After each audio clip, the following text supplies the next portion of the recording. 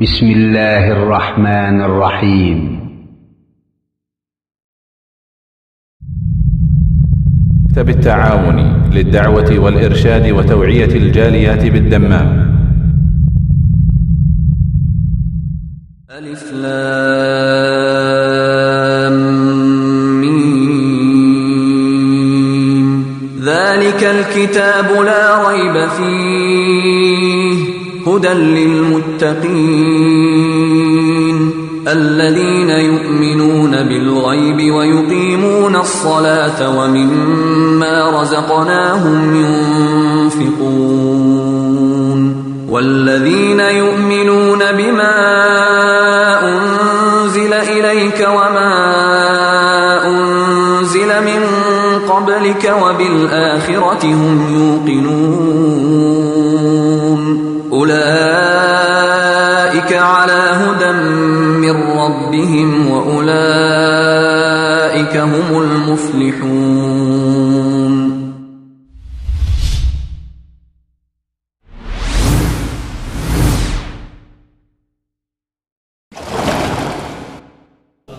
إن الحمد لله وحده والصلاة والسلام على أشرف الأنبياء والمرسلين نبينا محمد وعلى آله وصحبه ومن تبعهم بإحسان إلى يوم الدين.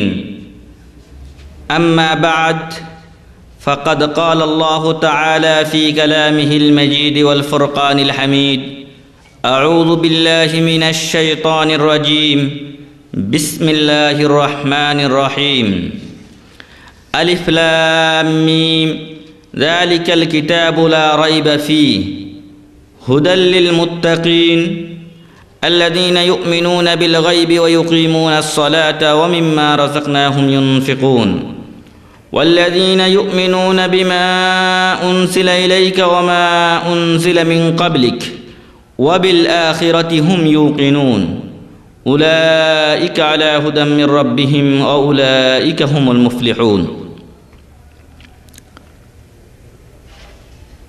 সম্মানিত উপস্থিতি, যাবতীয় গুণগান ও সিত্তসানা একমাত্র সেই মহান রব্বুল আলামিনের জন্য, যিনি আমাদেরকে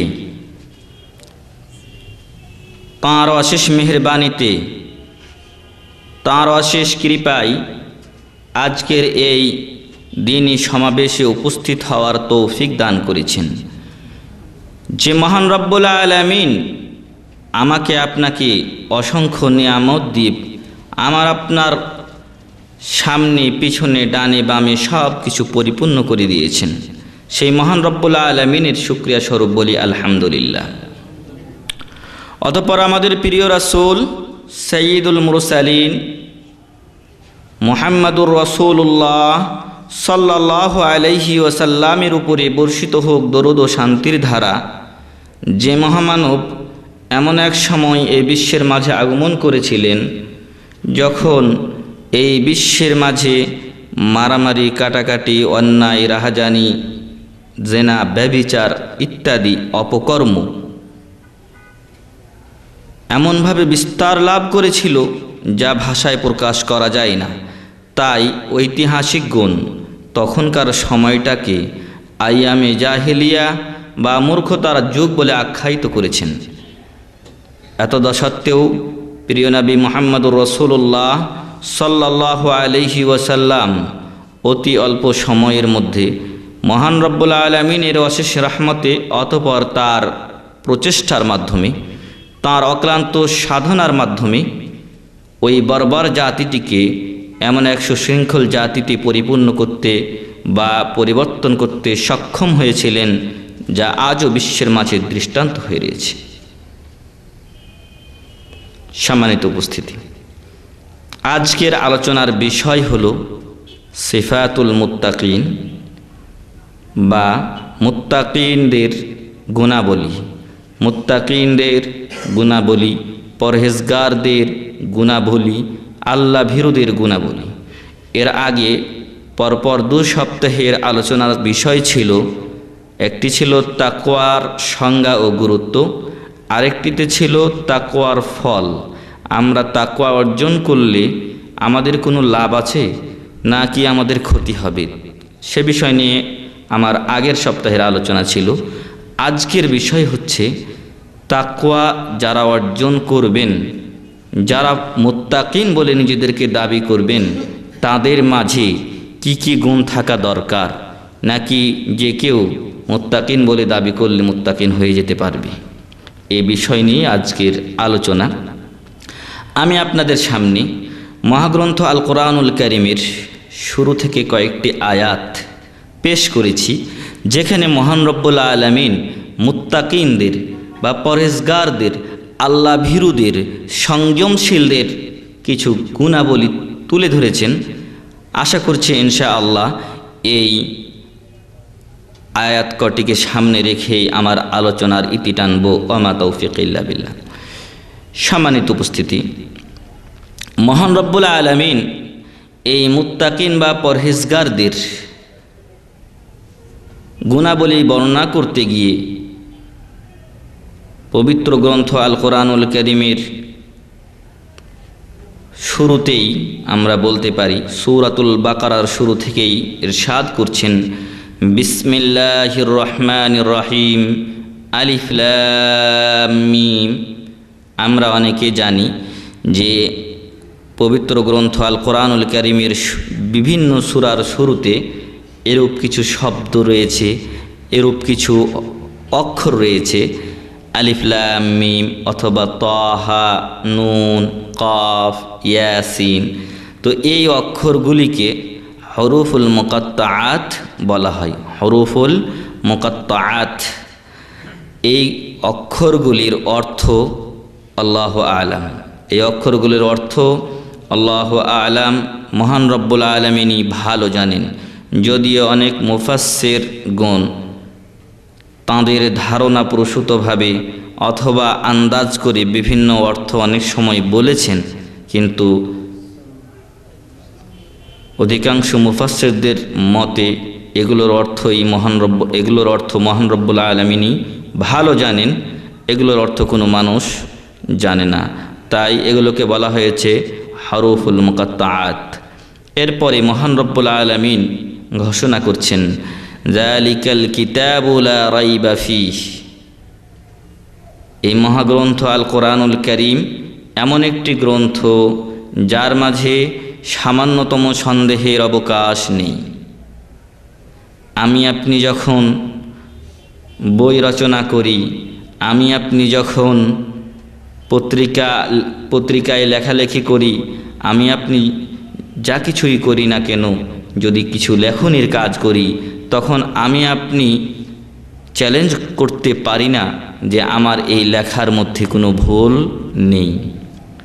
বরং বেশিরভাগ ক্ষেত্রেই এবং সত্যিকার সাহিত্যিক ও লেখকদের ক্ষেত্রে এটাই দেখা গেছে যে তারা ভূমিকাতে লিখেছেন যে এই কিতাব রচনা করতে গিয়ে ভাষাগত অথবা ছাপার কোনো ভুল ত্রুটি না হওয়া অস্বাভাবিক নয়, বরং হওয়াটাই স্বাভাবিক।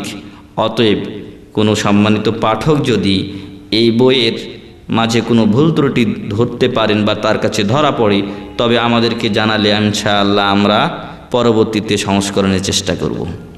এটা হচ্ছে মানুষের নিজের রচনার কথা। মানুষ যখন কিতাব রচনা করে, মানুষ যখন বই লিখেন, তখন এ কথাটি ভূমিকাতেই লিপিবদ্ধ করেন। কিন্তু মহান স্রষ্টা মহান রব্বুল আলামিন এমন এক গ্রন্থ রচনা করলেন, এমন এক গ্রন্থ মহান রব্বুল আলামিন বিশ্ববাসীকে, উম্মতে মুহাম্মাদীকে দান করলেন, যার শুরুতেই তিনি চ্যালেঞ্জ ঘোষণা করছেন, যালিকাল কিতাবু লা রাইবা ফীহ। এটি এমন একটি গ্রন্থ যার মাঝে সামান্যতম সন্দেহের অবকাশ নেই। এরপরও কাফেরেরা, কুফফারে কুরাইশ, মক্কার কাফেরেরা, রাসূল করিম সাল্লাল্লাহু আলাইহি ওয়াসাল্লামের যুগের মুশরিকরা, ইহুদিরা এ কথা বলতে ছাড়েনি যে এটা মুহাম্মদ সাল্লাল্লাহু আলাইহি ওয়াসাল্লামের পক্ষ থেকে তৈরি করা গ্রন্থ। কিন্তু মহান রব্বুল আলামিন তিনি আহকামুল হাকিমিন, সকল বিচারকের বিচারক, সকল জ্ঞানীর জ্ঞানী, তিনি এই কথার মুখ আগেই বন্ধ করে দিয়েছেন। এরপরও তারা তাদের আকল, তাদের জ্ঞান সব কিছু বিলীন করে দিয়ে মুহাম্মদ সাল্লাল্লাহু আলাইহি ওয়াসাল্লামের নামে এই অপবাদ রটনা করেছে। কিভাবে আল্লাহ তাআলা তাদের এই মুখ বন্ধ করে দিয়েছেন? আল্লাহ তাআলা কোরআনে ঘোষণা করছেন, বিসমিল্লাহির রহমানির রহিম, হুয়াল্লাযী বা'আসা ফিল উম্মিয়িনা রাসূলাম মিনহুম ইয়াতলু আলাইহিম আয়াতিহি ওয়া ইউযাক্কিহিম ওয়া ইউআল্লিমুহুমুল কিতাবা ওয়াল হিকমাহ ওয়া ইন কানু মিন ক্বাবলু লাফি দালালিম মুবিন। আল্লাহ তাআলা এখানে ঘোষণা করছেন যে আল্লাহ তাআলা তো তিনি যিনি হুয়াল্লাযী বা'আসা ফিল উম্মিয়িন, যিনি নিরক্ষরদের মাঝে প্রেরণ করেছেন রাসূলাম মিনহুম, তাদের মাঝ থেকে একজন রাসূল, একজন বার্তাবাহক, একজন দূত।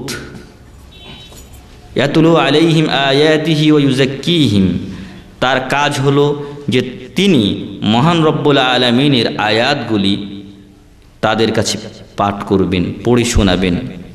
ওয়া ইউযাক্কিহিম, এবং তারা শিরক এবং অন্যায়, অনাচার, ব্যভিচার এবং আরও যে সকল খারাপ কুকর্মে তারা নিমজ্জিত রয়েছে সেগুলো থেকে তাদেরকে পবিত্র করবেন। ওয়া ইউআল্লিমুহুমুল কিতাবা ওয়াল হিকমাহ, এবং তিনি তাদেরকে শিক্ষা দিবেন আল কোরআনুল কারীম এবং হিকমাত। কেউ কেউ বলেছেন হিকমাত হচ্ছে আস-সুন্নাহ তথা আহাদিসুর রাসূল সাল্লাল্লাহু আলাইহি সাল্লাম। তিনি তাদেরকে কোরআন ও সুন্নাহ শিক্ষা দিবেন। ওয়া ইন কানু মিন ক্বাবলু লাফি দালালিম মুবিন, যদিও তারা এর পূর্বে স্পষ্ট পথভ্রষ্টতায় লিপ্ত ছিল, কিন্তু রাসূল কারীম সাল্লাল্লাহু আলাইহি ওয়াসাল্লাম তাদেরকে পবিত্র গ্রন্থ আল কোরআনুল কারীম ও হাদিস শিক্ষা দিবেন, তাদেরকে পবিত্র করবেন শিরক, বিদআত এবং অন্যান্য অপকর্মের বিভীষিকা থেকে।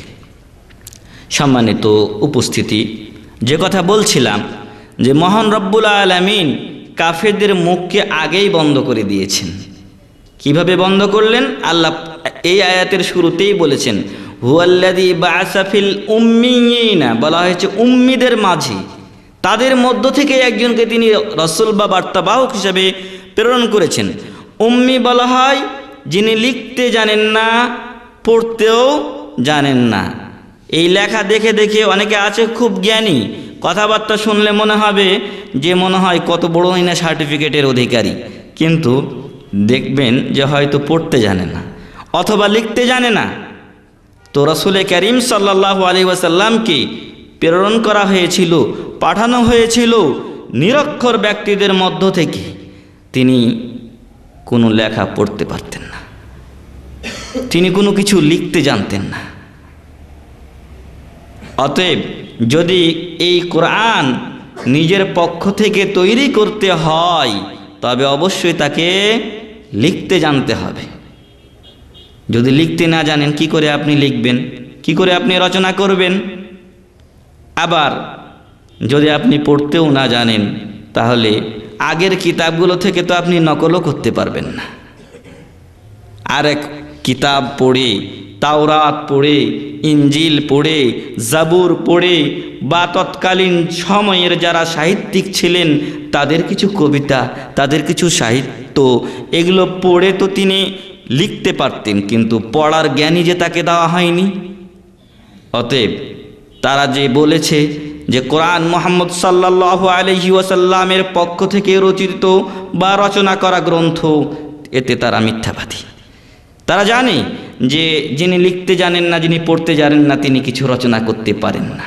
কিন্তু হিংসা, বিদ্বেষ এবং সর্বোপরি ইসলামকে পৃথিবী থেকে মুছে দেওয়ার জন্য তারা মুহাম্মদ সাল্লাল্লাহু আলাইহি ওয়াসাল্লামের বিরুদ্ধে এই কথাই বলেছে যে মুহাম্মদ সাল্লাল্লাহু আলাইহি সাল্লাম এই গ্রন্থ আল কোরআনুল কারীম নিজে রচনা করেছেন। যখন তারা এ অপবাদ দিয়েই বসল, তখন আল্লাহ তাআলা আরেকবার তাদেরকে চ্যালেঞ্জ করলেন যে মুহাম্মদ সাল্লাল্লাহু আলাইহি ওয়াসাল্লাম একজন মানুষ, তোমরাও মানুষ, যদি তিনি মানুষ হয়ে এরূপ একটি কোরআন রচনা করতে পারেন, তবে তোমরাও তো মানুষ, তোমরা একজন না বরং অনেক মানুষ, তোমাদের সংখ্যাই বেশি। অতএব তোমরা যদি পারো, তাহলে মুহাম্মদ সাল্লাল্লাহু আলাইহি ওয়াসাল্লাম যদি তোমাদের কথা অনুযায়ী এই কোরআন রচনা করে থাকেন, তাহলে তোমরাও অনুরূপ একটি কোরআন রচনা করে দেখাও, নিয়ে আসো আরেকটি কোরআন। তাহলে আমরা মেনে নিতে পারি যে মুহাম্মদ সাল্লাল্লাহু আলাইহি ওয়াসাল্লাম এই কোরআন রচনা করেছেন। যদি তোমরা পারো তাহলে দেখাও। আল্লাহ তাআলা ঘোষণা করছেন, কুল লাইন ইজতামাআতিল জিন্নু ওয়াল ইনসু আলা আন ইয়াতু বিমিথলি হাদাল কুরআন লা ইয়াতুনা বিমিথলিহি ওয়ালাউ কানা বা'দুহুম লিবা'দিন যাহিরা। যদি জিন এবং ইনসান সকলে একত্রিত হয়ে যায় এবং এই কোরআনের মতো অনুরূপ একটি কোরআন নিয়ে আসার চেষ্টা করে, আনতে চায়, তৈরি করতে চায়, লা ইয়াতুনা বিমিসলি, তাহলে তারা আনতে পারবে না। ওয়ালাউ কানা বা'যুহুম লিবা'যিন যাহিরা, যদিও তারা একজন আরেকজনের সহযোগী হয়ে যায়, একাকী নয়, বরং সকলে মিলে পরামর্শ করে একসাথে বসে কি কি লেখা যায়, কিভাবে কোরআন তৈরি করা যায়, এমনভাবে যদি তারা একজন অপরজনকে সহযোগিতা করে, তারপরেও তারা কোরআনের অনুরূপ কোনো কোরআন তৈরি করতে পারবে না, তারা পারেন। এরপর মহান রব্বুল আলামিন তাদের চ্যালেঞ্জের সীমাটাকে, তাদের চ্যালেঞ্জের যে পরিমাণটা ছিল সেটাকে আরেকটু কমিয়ে দিলেন। এর আগে বলা হলো, আমরা জানি কোরআনে কয়টি সূরা আছে? 114টি সূরা আছে। এই 114টি সূরার মতো করে আরও 114টি সূরা তাদেরকে তৈরি করতে বলা হয়েছিল। এবার আল্লাহ তাআলা বললেন যে 114টি সূরা তৈরি করতে হবে না, 104টি সূরাই বাদ দিলাম, 10টি সূরার মতো সূরা তোমরা নিয়ে আসো। কিন্তু তারা তাও পারেনি। এরপর আল্লাহ তাআলা আরও কমিয়ে দিলেন, এবার 9 ভাগই বাদ দিলেন, রাখলেন মাত্র একটা সূরা। আল্লাহ তাআলা ঘোষণা করছেন, কুল ইন কুনতুম ফি রাইবিম মিম্মা নাযালনা আলা আবদিনা ফাতু বিসূরাতিন মিন মিসলিহি ওয়াদউ শুহাদাআকুম মিন দুনিল্লাহি ইন কুনতুম সাদিকিন। আমি আমার বান্দার উপরে যা নাজিল করেছি তাতে যদি তোমরা সন্দিহান হয়ে থাকো, তোমাদের যদি সন্দেহ হয়ে থাকে এটা মহান রব্বুল আলামিনের পক্ষ থেকে নাজিলকৃত গ্রন্থ নয়, বরং মুহাম্মদ সাল্লাল্লাহু আলাইহি সাল্লামের পক্ষ থেকে তৈরি করা গ্রন্থ, তাহলে তোমরা এই কোরআনুল কারীমের যে সূরাগুলো রয়েছে সেই সূরাগুলির একটি সূরার মতো সূরা তোমরা রচনা করো, নিয়ে আসো। এবং তোমাদের যারা সহযোগী রয়েছে, তোমাদের যারা মজলিসে উপস্থিত হয়, তাদেরকে তোমরা ডাকো, যদি তোমরা সত্যবাদী হয়ে থাকো। সম্মানিত ভাই ও বন্ধুগণ, তারা কিন্তু সক্ষম হয়নি।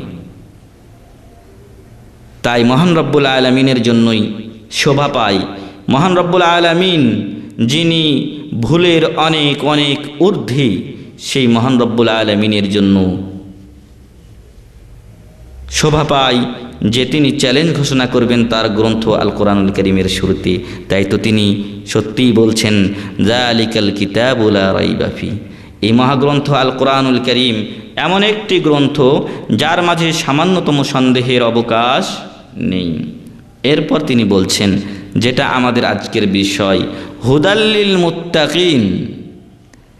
এই গ্রন্থ আল কোরআনুল কারীম যারা মুত্তাকিন, যারা পরহেজগার, তাদেরকে পথ দেখাবে, তাদের জন্য এই আল কোরআনুল কারীম হেদায়াত স্বরূপ, তাদের জন্য পথ প্রদর্শক স্বরূপ। তাহলে কোরআন কাদেরকে পথ দেখাবে? যারা মুত্তাকিন, যারা পরহেজগার, যারা সংযমশীল, যারা আল্লাহকে ভয় করেন। তাকওয়ার সংজ্ঞা আগে বিস্তারিতভাবেই আলোচনা করা হয়েছে। এই তাকওয়া যারা অর্জন করবেন তাদের জন্য কোরআনুল কারীম পথ প্রদর্শক হবে। এখন তাদের কি গুণাবলী হওয়া দরকার, কেমন লোক তারা? তারা কি মারামারি করে, কাটাকাটি করে, অন্যায় রাহাজানিতে লিপ্ত থাকে এ সকল লোক? না, যারা নামাজ পড়ে, রোজা রাখে এ সকল লোক।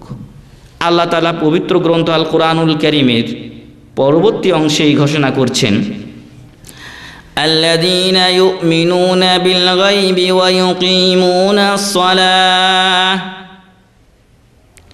যারা মুত্তাকিন বা পরেশগারীদের প্রথম গুণাবলী আল্লাহ তাআলা বলছেন আল্লাযীনা ইউমিনুনা বিল গায়ব, যারা অদৃশ্যে বিশ্বাসী।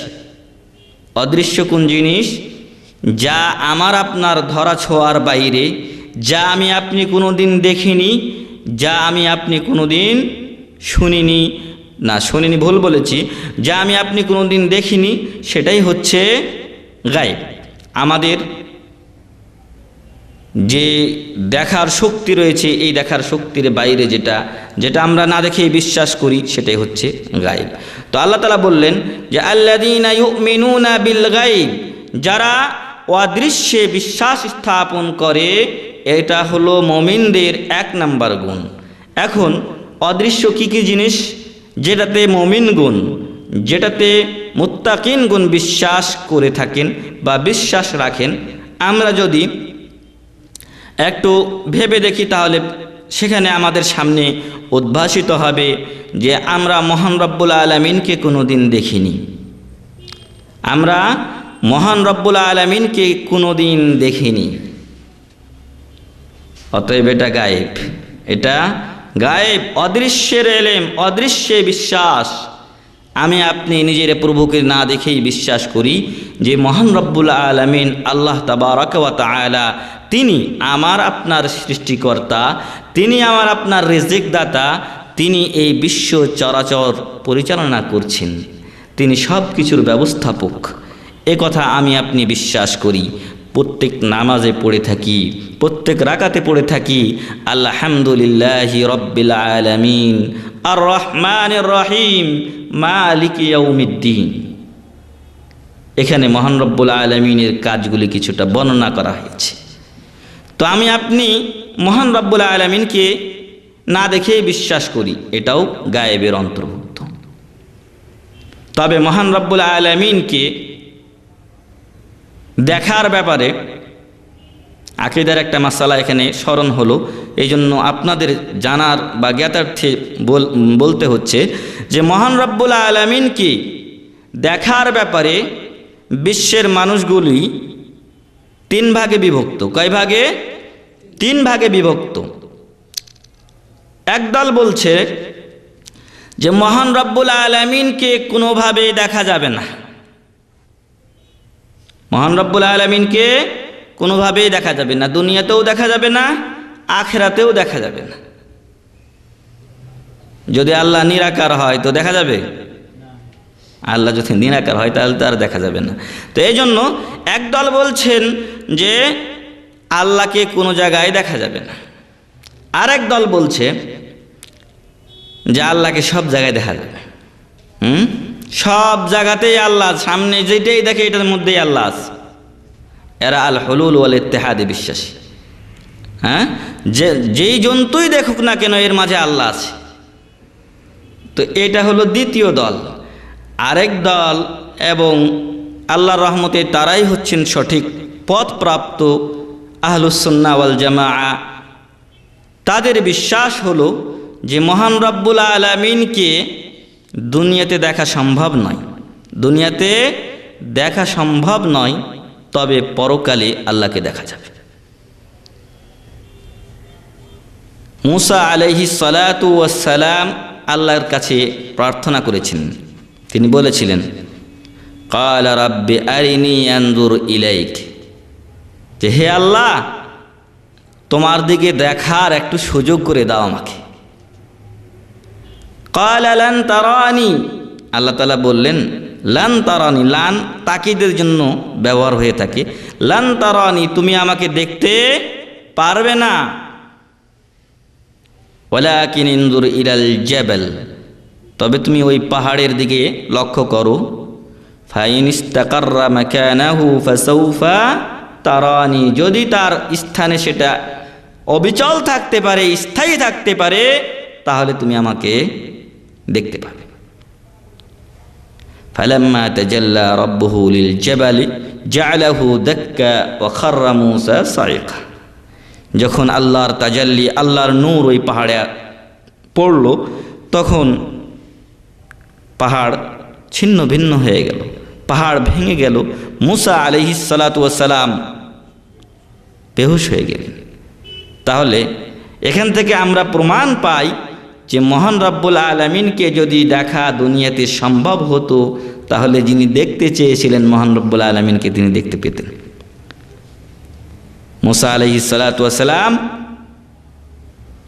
সাধারণ কোনো ব্যক্তি ছিলেন না, তিনি একজন নবী ও রাসূল ছিলেন। মূসা আলাইহিস সালাতু ওয়াস সালামের কাহিনী আপনাদের জানা আছে। এই মূসা আলাইহিস সালাতু ওয়াস সালাম উলুল আজম পয়গম্বর বা নবী হলেন কজন? বড় নবী এবং রাসূল কজন? 5 জন। উলুল আজম নবী হলেন 5 জন। এই 5 জনের অন্যতম একজন হলেন মূসা আলাইহিস সালাতু ওয়াস সালাম। সেই মূসা আলাইহিস সালাতু ওয়াস সালাম মহান রব্বুল আলামিনকে দেখতে সক্ষম হলেন না দুনিয়াতে। অতএব এটা প্রমাণ করে যে দুনিয়াতে মহান রব্বুল আলামিনকে দেখা সম্ভব নয়। অনেকে বলে থাকেন যে মহান রব্বুল আলামিনের রাসূল মুহাম্মদ সাল্লাল্লাহু আলাইহি ওয়াসাল্লাম মেরাজের রাত্রিতে আল্লাহ তাআলাকে দেখেছিলেন। তবে বিশুদ্ধ যেটা মত, তাতে বলা হয়েছে আল্লাহ রসুল সাল্লাল্লাহু আলাইহি ওয়াসাল্লাম বলছেন, তাকে যখন জিজ্ঞাসা করা হলো যে আপনি কি আপনার রবকে, আপনার প্রভুকে দেখেছেন, তিনি বলেছিলেন নূরুন আন্না আরাহ। সেটা তো হচ্ছে আলো, মহান রব্বুল আলামিন এর আলোতেই আমার চোখের সব কিছু শেষ হয়ে গেছে, আমি সেখানে আমার চোখ আর কাজ করছে না। আপনার আমার চোখে যদি খুব পাওয়ারি আলো দেওয়া হয়, তখন আমি আপনি সামনে কি আছে তা কিন্তু দেখতে পাবো না। তো রাসূল করিম সাল্লাল্লাহু আলাইহি সাল্লাম বললেন যে সেটা হচ্ছে একটা আলো, আন্না আরা, আমি কি করে সেটাকে দেখতে পারি। অতএব এখান থেকে প্রমাণ হয় যে আল্লাহ রসুল সাল্লাল্লাহু আলাইহি ওয়াসাল্লামও মহান রব্বুল আলামিনকে মেরাজের রাত্রিতে দেখেন। তবে এ সকল লোকদের আহলুস সুন্নাহ ওয়াল জামাআর বিশ্বাস এবং আকীদা হলো যে পরকালীন জীবনে তারা মহান রব্বুল আলামিনকে দেখতে পাবেন। আল্লাহ তাআলা কোরআনে বলছেন, ওয়ুজুহু ইয়াওমাইযিন নাযিরা ইলা রাব্বিহা নাযিরা। কিয়ামতের দিন কিছু চেহারা থাকবে সতেজ, হাস্যোজ্জ্বল থাকবে তারা। ইলা রাব্বিহা নাযিরা, তারা তাদের পালনকর্তার দর্শন লাভ করবে।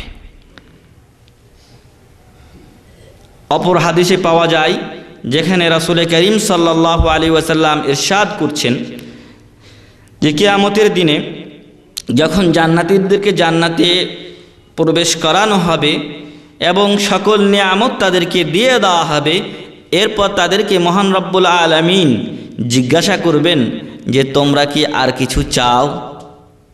তখন তারা বলবেন যে নিয়ামত আমরা পেয়েছি, এই নিয়ামতের চেয়ে আমরা আর কি কামনা করতে পারি, আমরা যথেষ্ট পেয়েছি, আমাদের আর কোনো জিনিসের দরকার নেই। এরপর আল্লাহ তাআলা উপরের দিক থেকে, জান্নাতের অধিবাসীদের উপরিভাগ থেকে বলবেন, আসসালামু আলাইকুম ইয়া আহলাল জান্নাহ, হে জান্নাতের অধিবাসীরা, আমার পক্ষ থেকে তোমাদের উপরে শান্তি বর্ষিত হোক, রহমত বর্ষিত হোক। তখন মুমিনগণ যারা জান্নাতি হবেন তারা তাদের চেহারাটা উপর দিকে করে দেখবেন, তখন তারা দেখতে পাবেন কাকে? মহান রব্বুল আলামিনকে। তখন তারা বলবেন যে জান্নাতে কি আর পেয়েছি, জান্নাতের মধ্যে আমরা কিছুই পাইনি, মহান রব্বুল আলামিনের দর্শন আমাদের কাছে সবচেয়ে বড় জিনিস, এবং আমরা যা এ পর্যন্ত অর্জন করেছি তার মধ্যে সর্বশ্রেষ্ঠ অর্জন হলো মহান রব্বুল আলামিনের দর্শন। তাহলে এ সকল লোকদের বা এ প্রকার লোকদের বিশ্বাস এবং আকীদা হলো যে মহান রব্বুল আলামিনকে দুনিয়াতে দেখা সম্ভব নয়, কিন্তু পরকালে মহান রব্বুল আলামিনকে মুমিনগণ দেখতে পাবেন, জান্নাতীগণ মহান রব্বুল আলামিনকে দেখতে পাবেন। আল্লাহর কাছে দোয়া করি, হে আল্লাহ, তুমি আমাদেরকে তোমার যারা দর্শন পাবে কিয়ামতের ময়দানে, যারা জান্নাত লাভ করবে তাদের অন্তর্ভুক্ত করো, আল্লাহুম্মা আমিন।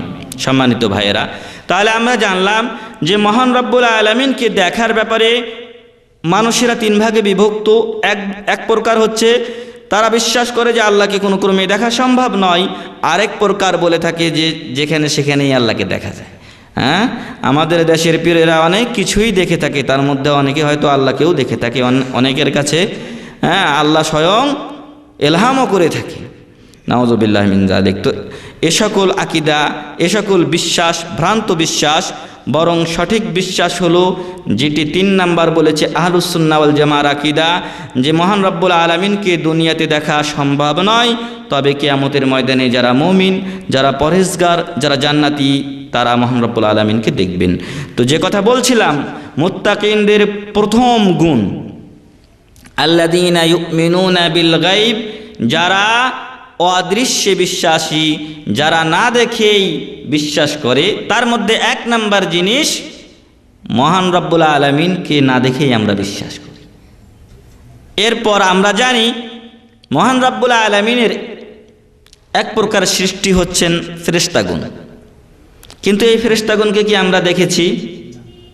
এই ফেরেশতাগণকেও আমরা দেখিনি, কিন্তু আমরা বিশ্বাস করি যে আল্লাহ তাআলার সৃষ্টি জীবের মধ্যে ফেরেশতাগণও এক প্রকার সৃষ্টি, এবং তারা সব সময় মহান রব্বুল আলামিনের আদেশ পালনে ব্যস্ত আছেন, কোনো সময় তারা নাফরমানি করেন না। তো এই যে ফেরেশতা, তাদেরকে আমরা না দেখে বিশ্বাস করি, এটাও অদৃশ্য বিশ্বাস। এরপর আমরা বিশ্বাস করি জান্নাত এবং জাহান্নামের কথা। আমরা বিশ্বাস করি যদি কোনো ব্যক্তি মহান রব্বুল আলামিনের বিধান অনুযায়ী চলে, আল্লাহ এবং তার রাসূল সাল্লাল্লাহু আলাইহি ওয়াসাল্লামের অনুকরণ করে থাকেন, তবে কাল কিয়ামতের ময়দানে মহান রব্বুল আলামিন তাকে জান্নাতে প্রবেশ করাবেন বা জান্নাত দিবেন তাকে। তো এই জান্নাত কোনোদিন কি দেখেছি? কোনোদিন আমরা দেখি নাই। ঠিক এমনই ভাবে তার বিপরীত জিনিস, যারা মহান রব্বুল আলামিনের অবাধ্য হবে, মহান রব্বুল আলামিনকে মানবে না, রাসূল করিম সাল্লাল্লাহু আলাইহি ওয়াসাল্লামের অনুসরণ করবে না, কোরআন ও হাদিসের ধার ধারবে না, বরং নিজের যা ইচ্ছা হয় তাই করবে, এ সকল ব্যক্তিদের জন্য দেওয়া হয়েছে জাহান্নামের সুসংবাদ। কিসের সুসংবাদ? জাহান্নামের সুসংবাদ দেওয়া হয়েছে সকল লোকদেরকে। কিন্তু জাহান্নাম আমরা দেখিনি। জাহান্নাম দেখেছি আমরা? জাহান্নাম দেখিনি। তাহলে জান্নাতও দেখি নাই, জাহান্নামও দেখি নাই, এরপরও আমরা বিশ্বাস করি জান্নাত আছে, জাহান্নাম আছে। অতএব এটাও অদৃশ্য বিশ্বাস। এরপর আমরা বিশ্বাস করি কবরের আযাবে। কবরের আযাবে বিশ্বাসী, কবরের শান্তিতে আমরা বিশ্বাসী। হযরত উসমান বিন আফফান রাদিয়াল্লাহু আনহু যখন কবরের পাশে দাঁড়াতেন, তখন তার দাড়িগুলো কিন্তু খুব ঘন ছিল এবং খুব বড় ছিল। এই ঘন এবং এত বড় বড় দাড়ি থাকার পরও তার দাড়ি ভিজে, চোখের পানিতে তার দাড়ি ভিজে যেত, এরপর তার বুক ভিজত।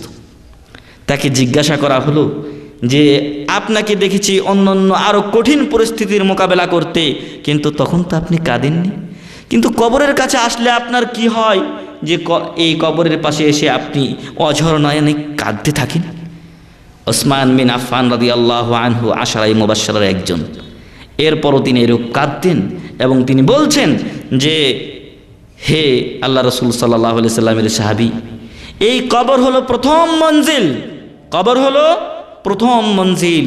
এই কবরে যদি কারো অবস্থা ভালো হয়ে যায় তাহলে তার পরবর্তী জিনিসগুলো সহজ হয়ে যাবে, আর কবরে যদি কেউ ধরা খেয়ে যায় তাহলে পরবর্তী জিনিসগুলো তার সর্বনাশ হয়ে যাবে, পরবর্তীতে সে আর সফল কাম হতে পারবে না। তাই এই কবরের কথা স্মরণ হলে আমার কান্না আসে, আমি ভয় পাই যে আমার সাথে কবরে কি আচরণ করা হবে।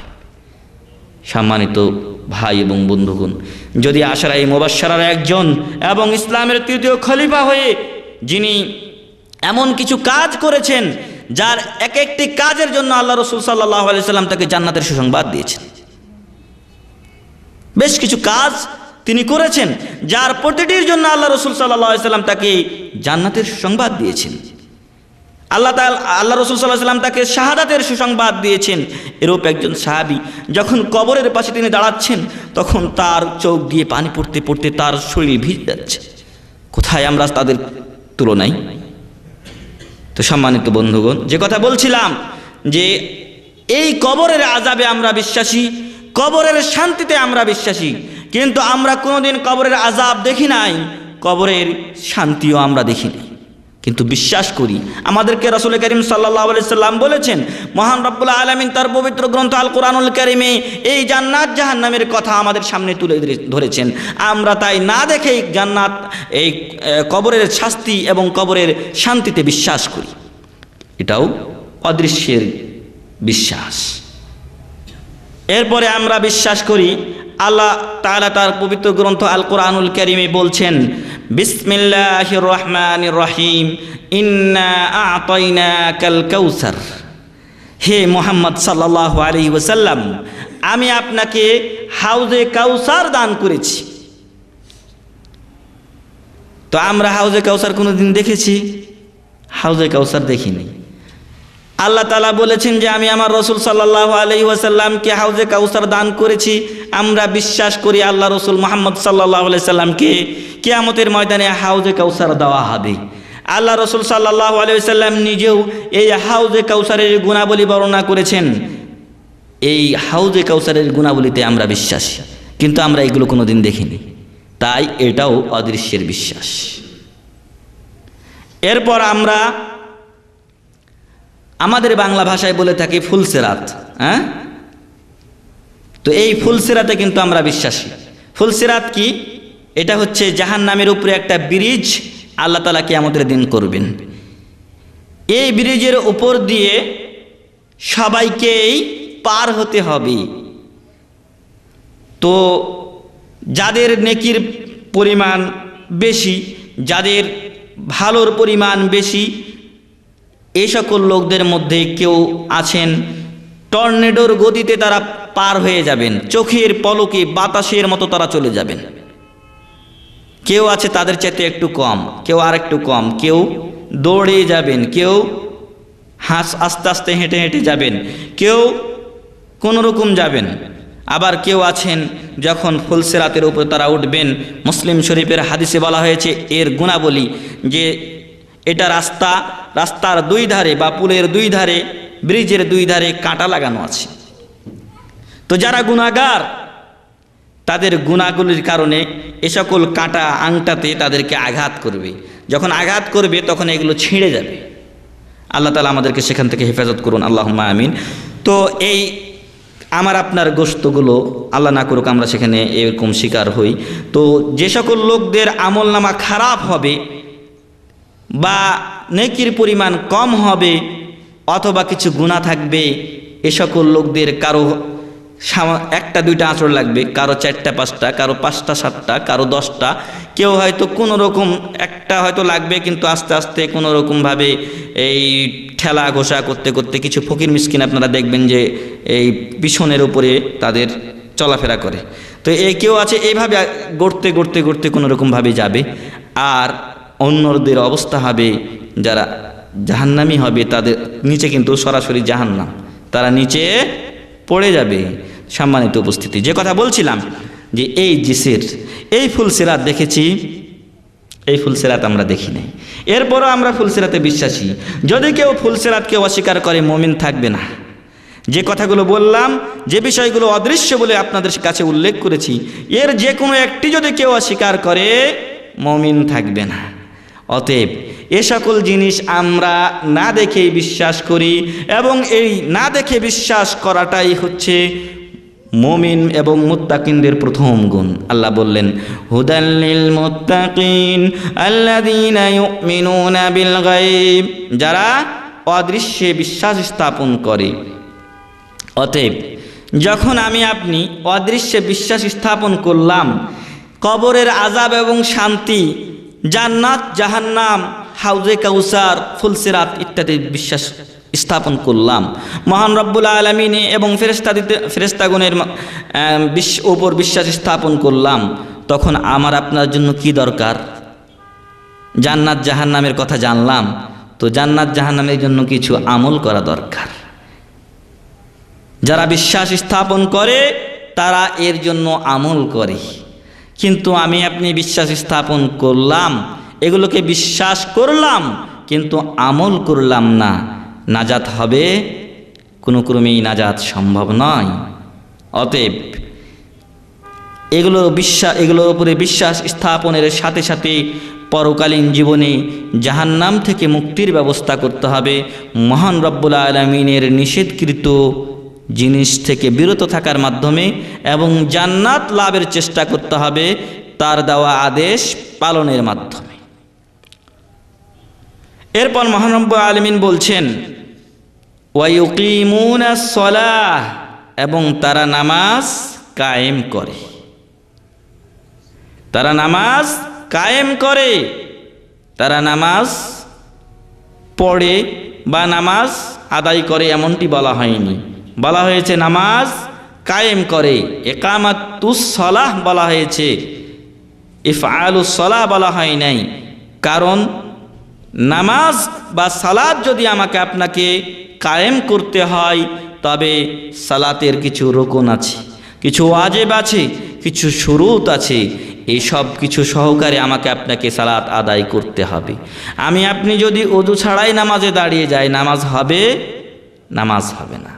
এমনইভাবে আমি আপনি নামাজে দাঁড়িয়েছি ওযু সহকারে ঠিকই, কিন্তু নামাজে দাঁড়িয়ে আমার আপনার মন বাড়িতে ঘোরাফেরা করছে, নামাজ হবে? নামাজ হবে না। আমার আপনার মন বাড়িতে ঘোরাফেরা করছে, নামাজ হবে না। ছোট্ট একটা ঘটনা বলছি। কোনো এক ব্যক্তি তিনি একদিন নামাজে দাঁড়িয়েছেন, তো যখন 4 রাকাতের সময় ইমাম বসে গেছেন তখন ওই ব্যক্তি সুবহানাল্লাহ বলে ফেলেছেন। তো তারপরেও ইমাম সাহেব নামাজ শেষ করেছেন, এরপর তাকে জিজ্ঞাসা করছেন কি ব্যাপার, আপনি সুবহানাল্লাহ বললেন কেন? বলছে আজকে 1 রাকাত নামাজ কম হয়েছে। অন্য মুসল্লিদেরকে জিজ্ঞাসা করে দেখা গেল যে নামাজ কম হয়নি, 4 রাকাত ঠিকই আছে। এবং ইমাম সাহেব তিনি দৃঢ় বিশ্বাসী যে তিনি 4 রাকাতই নামাজ পড়েছেন। এবার যে ব্যক্তি সুবহানাল্লাহ বলেছিলেন তাকে তিনি জিজ্ঞাসা করছেন আপনি কি করে বুঝলেন যে নামাজ কম হয়েছে? তো উনি বলছেন যে আমি প্রতিদিন 4 রাকাত নামাজে 4টা সবজির হিসাব করি, আমি 4টা সবজি বিক্রি করি। তো 4 রাকাত নামাজে 4টা সবজির হিসাব করি, কোনটা কত টাকার বিক্রি করলাম, কোনটাতে কত টাকা আয় হলো এবং লাভ হলো। কিন্তু আজকে আমার 3টা জিনিসের হিসাব শেষ হয়েছে, একটা জিনিসের হিসাব বাকি থাকছে আর আপনি সালাম ফিরিয়ে দিয়েছেন, অতএব অবশ্যই 1 রাকাত আপনার কম হয়েছে। তো আল্লাহ আমাদের মাফ করুন, আল্লাহুম্মা আমিন। তো যদি আমার আপনার নামাজের অবস্থা এই হয় তাহলে এটা নামাজ প্রতিষ্ঠা করা হলো না, নামাজ কায়েম করা হলো না।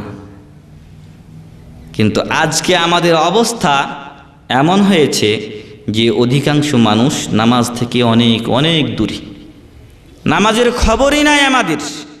অথচ আল্লাহ রসুল সাল্লাল্লাহু আলাইহি ওয়াসাল্লাম বারবার এই নামাজের তাগাদা করেছেন। মহান রব্বুল আলামিন একবার নয়, 2 বার নয়, 82 থেকে 83 স্থানে এই নামাজের কথা বলেছেন পবিত্র গ্রন্থ আল কোরআনুল কারীমে। আর এই নামাজ অন্যান্য ইবাদতের মতো ফেরেশতার মাধ্যমে দুনিয়াতে ফরজ হয়নি। কোথায় ফরজ হয়েছে নামাজ? আরশে আজিমে বা 7ম আকাশে যখন আল্লাহ তাআলা তার প্রিয় রাসূল মুহাম্মদুর রাসূলুল্লাহ সাল্লাল্লাহু আলাইহি ওয়াসাল্লামকে মেরাজের রজনীতে ডেকে নিয়েছিলেন, সেই রজনীতে মহান রব্বুল আলামিন তার প্রিয় রাসূল সাল্লাল্লাহু আলাইহি ওয়াসাল্লামকে তার উম্মতের জন্য যে হাদিয়া দিয়েছিলেন তা ছিল এই নামাজ। সম্মানিত ভাইয়েরা, যখন কোনো জিনিস আপনি আমার কাছ থেকে গ্রহণ করবেন তখন এটার মান একরকম হবে, আবার যখন এই অফিসের যিনি মুদির তার কাছ থেকে যখন গ্রহণ করবেন তার মানটা আর একটু বৃদ্ধি পাবে। ঠিক এমনইভাবে আস্তে আস্তে যত লেভেলটা উপরে যাবে তত এর গুরুত্বটা বৃদ্ধি পাবে এবং মানও বৃদ্ধি পাবে। তো মহান রব্বুল আলামিন যে সকল মানুষ সৃষ্টি করেছেন তার মধ্যে সর্বশ্রেষ্ঠ মানুষ হলেন মুহাম্মদুর রাসূলুল্লাহ সাল্লাল্লাহু আলাইহি ওয়াসাল্লাম, এবং আমাদের স্রষ্টা হলেন মহান রব্বুল আলামিন। তার চেয়ে শ্রেষ্ঠ আর কেউ না এই দুনিয়ায় আছে না ও দুনিয়াতে আছে। তো মানুষের মধ্যে যিনি সর্বশ্রেষ্ঠ, তাকে তিনি তার দরবারে ডেকে নিয়ে খাসভাবে বিশেষভাবে এই নামাজ দান করছেন, এই সালাত দান করছেন। আর আমি আর আপনি এই নামাজকে নষ্ট করে ফেলছি, এই নামাজ আদা করছি না। অনেকে আদা করছি কিন্তু সঠিকভাবে আদা করছি না। অথচ এই নামাজ, এই সালাত দুনিয়াতে ফরজ করা হয়নি তার গুরুত্বের কারণে। এই সালাত ফরজ করা হয়েছিল প্রথমত 50 ওয়াক্ত। কয় ওয়াক্ত? 50 ওয়াক্ত। রাসূল করিম সাল্লাল্লাহু আলাইহি ওয়াসাল্লামকে মহান রব্বুল আলামিন 50 ওয়াক্ত নামাজ দিলেন। দেওয়ার পর রাসূল করিম সাল্লাল্লাহু আলাইহি ওয়াসাল্লাম ফিরে আসছেন। মূসা আলাইহিস সালাতু ওয়াসালাম, যার কথা একটু আগে বলেছি, তার সাথে তার দেখা হলো। তিনি বললেন, হে মুহাম্মদ সাল্লাল্লাহু আলাইহি ওয়াসাল্লাম, আপনার উম্মতের জন্য মহান রব্বুল আলামিন আজকের এই রজনীতে, আজকের এই শুভক্ষণে কি হাদিয়া দিলেন, কি উপহার দিলেন? মুহাম্মদ সাল্লাল্লাহু আলাইহি সাল্লাম বললেন যে আমার উম্মতের জন্য মহান রব্বুল আলামিনের পক্ষ থেকে হাদিয়া হলো কয় ওয়াক্ত নামাজ? 50 ওয়াক্ত নামাজ। মূসা আলাইহিস সালাতু ওয়াস সালাম আফসোস করলেন, বললেন, আমি আমার উম্মতকে অনেক পরীক্ষা করে দেখেছি, তাদের সাথে আমি চলাফেরা করেছি, আমার অভিজ্ঞতার আলোকে বলছি যে তোমার উম্মত 50 ওয়াক্ত নামাজ আদা করতে পারবে না। ভেবে দেখেন হে ভাইয়েরা, যদি 50 ওয়াক্ত নামাজ থাকতো কি অবস্থা হতো? আসলে মহান রব্বুল আলামিন তার পবিত্র গ্রন্থ আল কোরআনুল কারীমের যে আয়াতে বলছেন, লা ইউকাল্লিফুল্লাহু নাফসান ইল্লা বুসআহা, কোনো আত্মার সাধ্যের বাইরের কোনো বোঝা আল্লাহ তাআলা মানুষকে চাপিয়ে দেননি। তারই দৃষ্টান্ত স্বরূপ আল্লাহ তাআলা এই কাজ ঘটাবেন। মূসা আলাইহিস সালাতু ওয়াস সালাম রাসূল করিম সাল্লাল্লাহু আলাইহি ওয়াসাল্লামকে পরামর্শ দিলেন, হে মুহাম্মদ, ফিরে যাও তোমার প্রভুর কাছে, কমিয়ে নিয়ে আসো নামাজের সংখ্যা। তিনি গেলেন। তিনি বললেন না যে আল্লাহ দিয়ে দিয়েছেন, আমি তো পারি, হ্যাঁ চলে আসি, নিজে বাঁচলে পরে বাপের নাম। এমনটি তিনি করেননি, বরং তিনি মহান রব্বুল আলামিনের কাছে সাথে সাথে ফিরে গিয়েছেন। মহান রব্বুল আলামিন কয় ওয়াক্ত কমিয়ে দিয়েছেন? 5 ওয়াক্ত নামাজ কমিয়ে দিয়েছেন, থাকলো 45 ওয়াক্ত। আবার ফিরে আসলেন মূসা আলাইহিস সালাতু ওয়াস সালামের কাছে। মূসা আলাইহিস সালাতু ওয়াস সালাম যখন শুনলেন 5 ওয়াক্ত কমিয়ে দেওয়ার কথা, তিনি বললেন, আবার ফিরে যাও মুহাম্মদ সাল্লাল্লাহু আলাইহি ওয়াসাল্লাম, তোমার উম্মত এটাও পারবে না। এভাবে মূসা আলাইহিস সালাতু ওয়াস সালামের কাছে একবার আসেন, একবার আল্লাহর কাছে যান। একবার নয়, দুইবার নয়, 9 বার রাসূল করিম সাল্লাল্লাহু আলাইহি ওয়াসাল্লাম আল্লাহর দরবারে গিয়েছেন, এবং প্রতিবার ওই মহান রব্বুল আলামিন 5 ওয়াক্ত নামাজ কমিয়ে দিয়েছেন। 5 ওয়াক্ত করতে করতে 5 নং 45 ওয়াক্ত নামাজ কমিয়ে দেওয়া হয়েছে। সম্মানিত বন্ধুগণ, এরপরে বাকি থাকলো মাত্র 5 ওয়াক্ত। আমার আপনার এই দুনিয়াবি জিন্দেগিতে, দুনিয়ার জীবনে যদি আমাকে আমার মুদিরের কাছে একবার থেকে 2 বার পাঠানো হয়, তাহলে হয়তো দ্বিতীয়বার যাব বা তৃতীয়বারেও যাব, কিন্তু এরপর আমিও যাব না। তুমি যা পারো করো, আমার যাওয়ার দরকার নেই। বারবার এতবার একটা লোকের কাছে যাওয়ারও একটা লাগে, এই মন মেজাজ ঠিক থাকতে হয়। বারবার একটা লোকের কাছে যাওয়ার ব্যাপারে একটা প্রেস্টিজও লাগে। আমি আর যেতে পারবো না। কিন্তু রাসূল করিম সাল্লাল্লাহু আলাইহি ওয়াসাল্লাম এ সকল দৃষ্টান্তকে পিছনে ফেলে রেখে তিনি তাঁর উম্মতের সহজের জন্য, সহজার্থে তিনি একবার নয়, 2 বার নয়, কয়বার গেছেন? 9 বার তিনি গেছেন। এবং শেষবার মহান রব্বুল আলামিন ঘোষণা করছেন যে, হে মুহাম্মদ সাল্লাল্লাহু আলাইহি ওয়াসাল্লাম, যদি তোমার উম্মত এই 5 ওয়াক্ত নামাজ আদা করে, তাহলে আমি তাদেরকে 50 ওয়াক্তের সওয়াব দান করব। বলুন সুবহানাল্লাহ। এরপরও আমরা নামাজ ঠিকমতো পড়ছি না। যখন 5 ওয়াক্ত নিয়ে মূসা আলাইহিস সালাতু ওয়াস সালামের কাছে আসা হয়েছিল, তখন তিনি কি বলেছিলেন?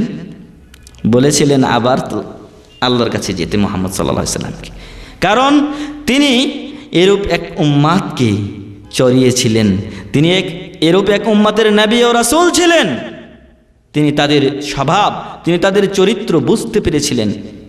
মুহাম্মদ সাল্লাল্লাহু আলাইহি ওয়াসাল্লামকে তিনি আবার মহান রব্বুল আলামিনের দরবারে যেতে বলেছিলেন, কিন্তু মুহাম্মদ সাল্লাল্লাহু আলাইহি ওয়াসাল্লাম বলেছিলেন যে না, আর আল্লাহর কাছে যেতে পারবো না, আল্লাহর কাছে আর আমি যাব না, এই 5 ওয়াক্ত নিয়েই আমি সন্তুষ্ট থাকলাম। সম্মানিত বন্ধুগণ, মহান রব্বুল আলামিন একবার নয়, 2 বার নয়, 82 থেকে 83 বার বললেন নামাজের কথা। এটা ফরজ করা হলো সপ্তম আকাশের উপরে মহান রব্বুল আলামিনের রাসূল মুহাম্মদ সাল্লাল্লাহু আলাইহি ওয়াসাল্লামকে বিশেষভাবে ডেকে নেওয়ার মাধ্যমে সেখানে। এরপর আল্লাহ রসুল সাল্লাল্লাহু আলাইহি ওয়াসাল্লাম নিজেও বলছেন, আল্লাহুল্লাযী বাইনানা ওয়া বাইনাহুম আস-সালাহ ফামান তারাকাহা ফাকাদ কাফার। আমাদের এবং তাদের, তাদের তারা কারা? কাফের। আমাদের এবং কাফেরদের মাঝে যে অঙ্গীকার, যে ওয়াদা, যে চুক্তি, যে সীমানা, তা হলো as-সালাহ, সালাত বা নামাজ। ফামান তারাকাহা ফাকাদ কাফার। অতএব যে ব্যক্তি এই নামাজ ছেড়ে দেয়, যে ব্যক্তি এই সালাত ছেড়ে দেয়, সে কাফের হয়ে যায়। আর কাফের হবেই না বা কেন? কয়বারের আদেশ অমান্য হচ্ছে? কয়বারের? 82 থেকে 83 বার। নামাজের কথা 82 থেকে 83 বার উল্লেখ করা হয়েছে, সেই 82 বা 83 বারের কথাই অমান্য করা হচ্ছে। অথচ মহান রব্বুল আলামিন এর একটি আদেশই আমার আপনার জন্য শিরোধার্য হওয়ার জন্য যথেষ্ট, কিন্তু 1 বার নয়, 2 বার নয়, 82 বার থেকে 83 বার মহান রব্বুল আলামিন এই সালাতের কথা উল্লেখ করেছেন। উদাহরণস্বরূপ, আমার আপনার এই ধরেন আমাদের সামনে ভিডিও ক্যামেরা আছে, এই ভিডিও ক্যামেরার একটা পার্টস নষ্ট হয়ে গেছে। এই পার্টসটা পাওয়া যাবে হয়তো বাহরাইনে, আমাদের কাছে বাহরাইন আছে, বাহরাইনেই পাওয়া যাবে, এই এলাকায় পাওয়া যাচ্ছে না। তো শুনলাম যে কোনো এক ভাই আব্দুর রহমান, তিনি বাহরাইন যাবেন, আমার বিভিন্ন সমস্যার কারণে আমি যেতে পারছি না। এখন ওই ভাইকে গিয়ে আমি বললাম যে ভাই এই নাও, আমার এই জিনিসটার দাম হচ্ছে, পার্টসটার দাম হচ্ছে 500 রিয়াল, এই নাও 500 রিয়াল, এই নয় আরও 100 রিয়াল তোমার যদি যাতায়াতে খরচ হয়, তুমি যদি কিছু খেতে চাও, চা পান, এই জন্য তাকে আরও 100 রিয়াল বেশি দিলাম। এরপরে তার সাথে পরবর্তীতে আমার কয়বার দেখা হয়েছে? 5 থেকে 7 বার দেখা হয়েছে। দেখা হওয়ার পর প্রতিবারই কিন্তু আমি তাকে বলছি যে ভাই আমার জিনিসটা আনতে কিন্তু ভুলিও না। আরে না, অত বলতে হবে না তোমাকে, ওইটা এতবার বলছো, এটা কি আর ভোলা যায়? তুমি টাকাও দিয়ে দিয়েছো। তো এরপরেও কিন্তু কয়বার বলা হয়েছে? 5 থেকে 7 বার বলা হয়ে গেছে অলরেডি তাকে যে আমার জিনিসটা আনতে তুমি ভুলিও না। শেষবার সে বলছে যে আরে তুমি এত বিচলিত হচ্ছ কেন? আমাকে কি পাগল পেয়েছো? তোমার জিনিস আনবো না, তুমি টাকা দিয়েছো, আমার আনতে সমস্যা কোথায়? বলছে হ্যাঁ ভাই তাই করিও, আনলেই হলো, কারণ আমার ভিডিও ক্যামেরা অচল হয়ে আছে, অথবা আমার মেশিন অচল হয়ে আছে, আমার এয়ার কন্ডিশন বা এসি চলছে না, গরমে আমি মরছি। তো এই ব্যক্তি গেছেন বাহরাইনে, সংক্ষিপ্ত বলি। তো বাহরাইন থেকে যখন ফিরে আসছেন, সর্বপ্রথম যখন এই লোক এ কথা শুনলেন যে উনি ফিরে এসেছেন, তাড়াতাড়ি ছুটে গেলেন তার কাছে, কারণ ওই পার্টসের তার খুবই দরকার। তিনি বিভিন্ন জিনিস নিয়ে এসেছেন, আত্মীয় স্বজনকে দিচ্ছেন। এরপর তিনি গিয়ে জিজ্ঞাসা করছেন ভাই আমার জিনিসটা। যখন তাকে সামনে দেখছেন বলছে ইন্না লিল্লাহ। কি বলছে? ইন্না লিল্লাহ, তোমার জিনিসটা আনতে ভুলে গেছি, নাউযুবিল্লাহ। তো আপনার আমার মন কি চাইবে এখন এই লোকটার ব্যাপারে?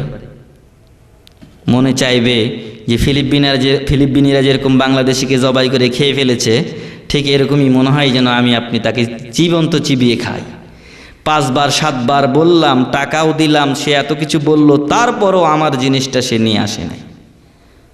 হে মুসলিম ভাই, মহান রব্বুল আলামিন আমার আপনার চাইতে অনেক অনেক ঊর্ধ্বে এবং মর্যাদা সম্পন্ন। সেই মহান রব্বুল আলামিন 80-র বেশিবার, 80-র ঊর্ধ্বেবার আমাকে আপনাকে নামাজের কথা বলছে। তাহলে যদি আমি আপনি এই নামাজ না পড়ি, তাহলে আমাকে আপনাকে কেমন করতে আল্লাহর ইচ্ছা হয়? একটু ভেবে দেখুন। আল্লাহ তাআলা পবিত্র গ্রন্থ আল কোরআনুল কারীমে বলছেন, ফাওয়াইলুল লিল মুসাল্লিন আল্লাযীনা হুম আন সালাতিহিম সাহুন। যারা মুসাল্লিন তাদের জন্য রয়েছে কঠিন শাস্তি।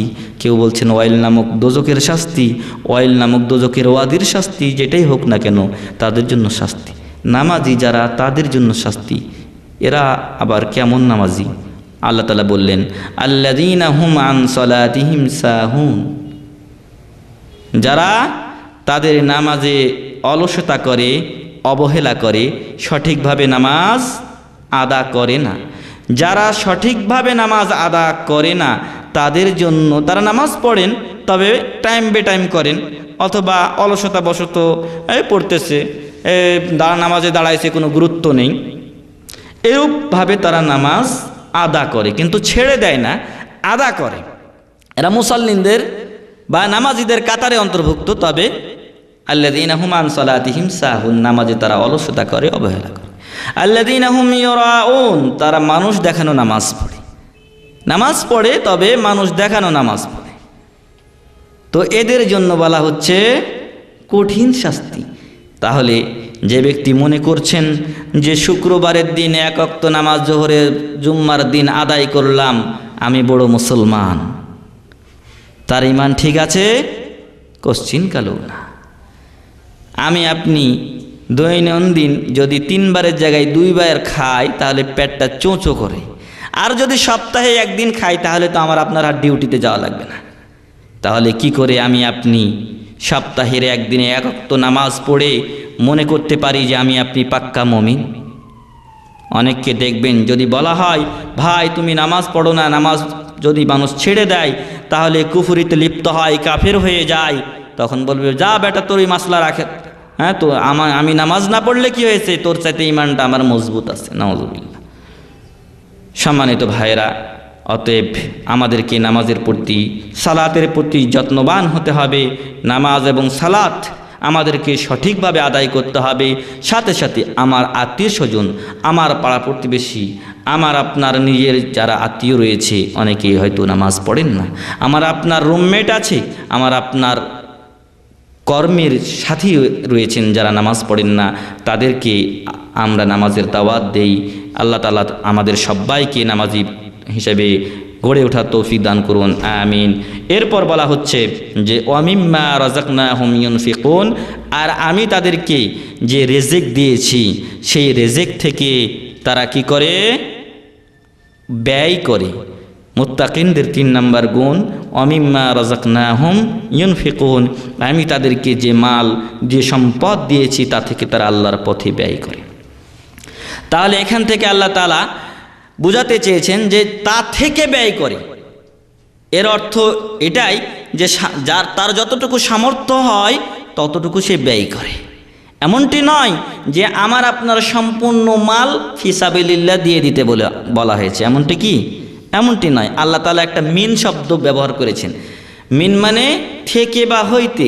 আমার আপনার মাল থেকে, যেটা আল্লাহ তাআলাই আমাকে আপনাকে দান করেছেন, এটা আমার আপনার কোনো গর্ব নয়, অহংকার নয় যে আমি আপনি এটা উপার্জন করছি। যদি আল্লাহ শক্তি না দিতেন তাহলে কিভাবে এই মাল সম্পদ আমার আপনার কাছে আসতো? বলা হচ্ছে অমিম্মা রাযাকনাহুম, আমি তাদেরকে যে সম্পদ দিয়েছি তা থেকে তারা আল্লাহর পথে ব্যয় করে। যদি আল্লাহর পথে ব্যয় করতে যাই তাহলে আমাদের সম্পদ কমে যাবে না। সাদকা এবং দান করলে সম্পদ বৃদ্ধি পায়, আর যদি সুদের লেনদেন করা হয় তাহলে বরকত উঠে যায় এবং সম্পদ আরও কমে যায়। সম্মানিত ভাই এবং বন্ধুগণ, আল্লাহর অসংখ্য নিয়ামত ভোগ করছি আমি আপনি, মাথা থেকে নিয়ে পা পর্যন্ত। যদি নিয়ামতগুলি হিসাব করতে চাই তাহলে একটি নিয়ামতের আমি আপনি আল্লাহর কাছে হিসাব দিতে পারবো না, শুকরিয়া আদা করে শেষ করতে পারবো না। তাহলে সেখানে অনেক অনেক নিয়ামত, গুণে শেষ করা যাবে না। এই নিয়ামতগুলি আল্লাহ তাআলা আমাকে আপনাকে দিয়েছেন। অতএব এই নিয়ামতগুলোর কথা স্মরণ করে আল্লাহর পথে আমরা ফিরে আসি। আল্লাহ তাআলা আমাদেরকে মুত্তাকিন এবং পরহেজগারদের গুণে গুণান্বিত হওয়ার তৌফিক দান করুন, আমিন। আজকে 3টি বলা হলো।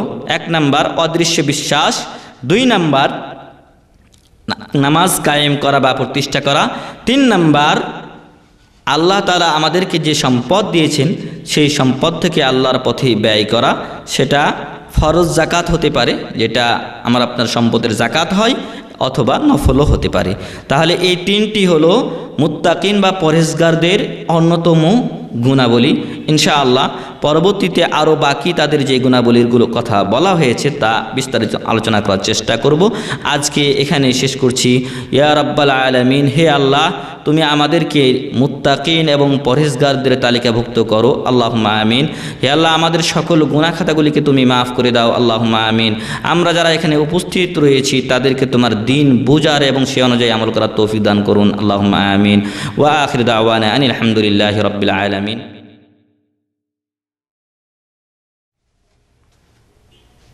এক ভাই লিখেছেন বেশ কিছু নাম দিয়ে এই নামগুলোর অর্থ জানতে চাই। তো এখানে বেশ কিছু আছে, শব্দ রয়েছে যেগুলো আমাদের বাংলা ভাষায় হয়তো আমরা মিলা, ফিলা ইত্যাদি বলে নাম রাখি, কিন্তু এগুলো কোনো আরবি শব্দ নয়, ঠিক আছে?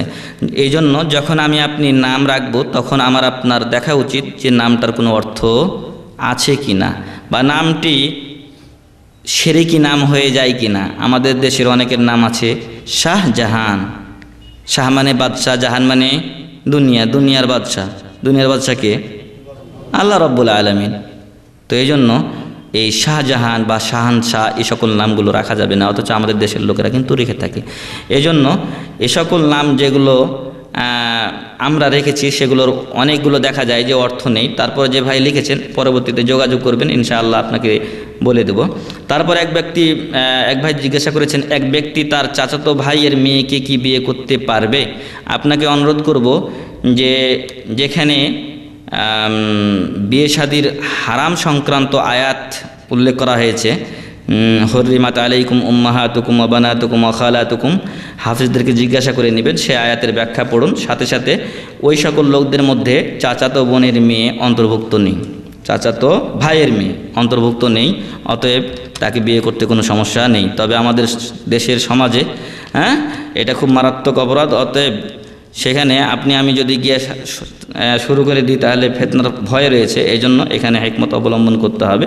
মানুষকে আগে মাসলা জানান, তার পরবর্তীতে আমল করার চেষ্টা করি।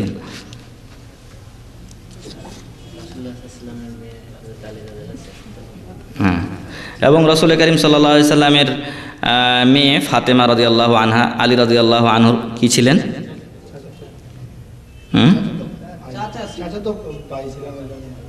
চাচাতো, হ্যাঁ, রাসূল করিম সাল্লাল্লাহু আলাইহি আলী রাদিয়াল্লাহু আনহু এবং মুহাম্মদ সাল্লাল্লাহু আলাইহি ওয়াসাল্লাম পরস্পর ভাই ছিলেন, চাচাতো ভাই ছিলেন, এবং চাচাতো ভাইয়ের মেয়েকে তিনি বিয়ে করেছেন, অর্থাৎ চাচাতো ভাতিজিকে বিয়ে করেছেন। এটা মাসলাটা একই, ঠিক আছে? আগে হোক আর পরে হোক, ঠিক আছে? যেহেতু এটা মুহরিমদের অন্তর্ভুক্ত নয়, যাদেরকে বিয়ে নিষিদ্ধ তাদের অন্তর্ভুক্ত নয়।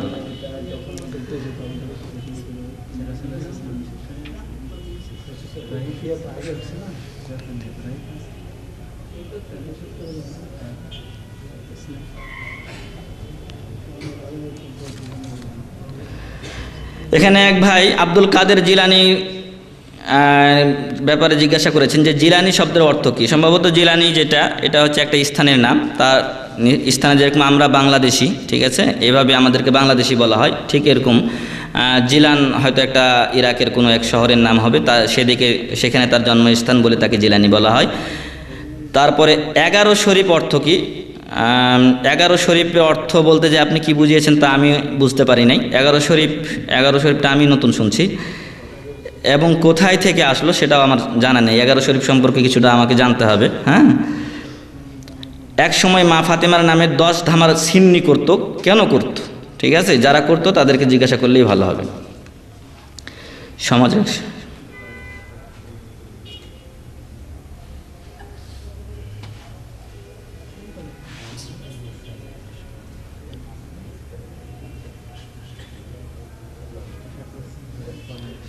আচ্ছা, এখানে এক ভাই প্রশ্ন করেছেন যে কিছু ভাই আছেন যারা 1 টাকা ইনকাম করে 2 টাকার কথা বলে। হ্যাঁ, আমার বেতন হচ্ছে 5,000, আমি বললাম 10,000। তারপরে দেখা যাচ্ছে যে আর এই যে আমি আপনি হিসাব দিচ্ছি, মানুষকে বলছি যে আমার আপনার 2 টাকা ইনকাম, মানে 10,000 5,000-এর জায়গায় 10,000, বাকি টাকাটা দেখা যাচ্ছে যে হাওলাতি ইত্যাদি এই অন্য জায়গা থেকে আমাকে ম্যানেজ করতে হচ্ছে। যখন আমি মানুষকে বলছি তখন এটা যে বাড়িতে জানছে যে 10,000 টাকা বেতন, অতএব 10,000 টাকার মতো চাপ দেয়। তো ওই চাপ অনুযায়ী দেখা যাচ্ছে আমি হাওলাত করে করে তখন বাড়িতে দিতে হয়। তো এই সকল লোক কোন শ্রেণীর মধ্যে পড়বে? ঠিক আছে, এই সকল লোক মিথ্যুক শ্রেণীর মধ্যে, কাযযাবের মধ্যে। কেননা তার বেতন যেটা সেটা সে না বলে দ্বিগুণ বলেছে। অতএব এটা মিথ্যা কথা, মিথ্যুকদের অন্তর্ভুক্ত হবে। তো শেষ করতে পারি আমরা। কি হয়েছে তারাবির? রমজান মাস এবং গায়রে রমজানে সবসময় আল্লাহ রসুল সাল্লাল্লাহু আলাইহি ওয়াসাল্লাম 11 রাকাত নামাজ পড়তেন। তাহাজ্জুদের যে নামাজ তিনি পড়তেন সেটা তিনি 11 রাকাত পড়তেন। এখন 10 রাকাত তারাবি, 1 রাকাত বেতর, অথবা 8 রাকাত তারাবি, 3 রাকাত বেতর, এভাবে হতে পারে। এবং অন্য 2-1টি হাদিসে পাওয়া যায় তিনি 13 রাকাত পর্যন্ত পড়েছেন, 13 রাকাত পর্যন্ত পড়েছেন। এবং আরেক হাদিসে পাওয়া যায় আল্লাহ রসুল সাল্লাল্লাহু আলাইহি ওয়াসাল্লাম বলছেন, সেটাও সহিহ হাদিস। এর আগে যেটা বললাম এটাও সহিহ হাদিস, এবং এখন যেটা বলছি যে অন্য হাদিসে যেটা আছে, রসুল করিম সাল্লাল্লাহু আলাইহি ওয়াসাল্লাম বলছেন সালাতুল লাইলি মাসনা মাসনা, রাত্রের নামাজ 2 রাকাত 2 রাকাত করে। অতএব 2 রাকাত করে যে যা পারে তা আদায় করবে, কোনো নির্দিষ্ট সংখ্যা নির্ধারণ করা যাবে না। আমাদের দেশে যেটা আছে যে 20 রাকাত পড়তেই হবে, যদি কেউ এভাবে নির্ধারণ করে তবে সেটা বেদাতের অন্তর্ভুক্ত হবে, সেটা বেদাতের অন্তর্ভুক্ত হবে। নির্ধারণ করে নয়, বরং আমি 20 রাকাত পারি 20 রাকাত পড়ব, কেউ 18 রাকাত পারে 18 রাকাত পড়বে, কেউ 16 রাকাত পারে তাই পড়বে, কেউ আরও বেশি পারে তিনি তাই পড়বেন। অনেকে আছেন 8 রাকাত পড়তে পড়তে তার রাত শেষ হয়ে যায়, তার কেরাত বেশি জানা আছে, তিনি লম্বা কেরাত করেন, খুশু তার বেশি। আরেকবার দেখা যাচ্ছে আরেকজন 50 রাকাত পড়ে ফেলেছে ওই একই টাইমে। তো এই জন্য যে হাদিসে বলা হয়েছে যে রাত্রের নামাজ 2 রাকাত করে, সেহেতু সেই হাদিস অনুযায়ী নির্ধারণ না করে যে যা পড়তে পারেন কোনো সমস্যা নেই। এই জন্য এখানে আপনারা দেখবেন হারামাইন শরীফাইনে শেষ দশকে অনেক রাকাত পড়া হয়, 30, 32, 35 পর্যন্ত পড়া হয়। বুঝাতে পেরেছি?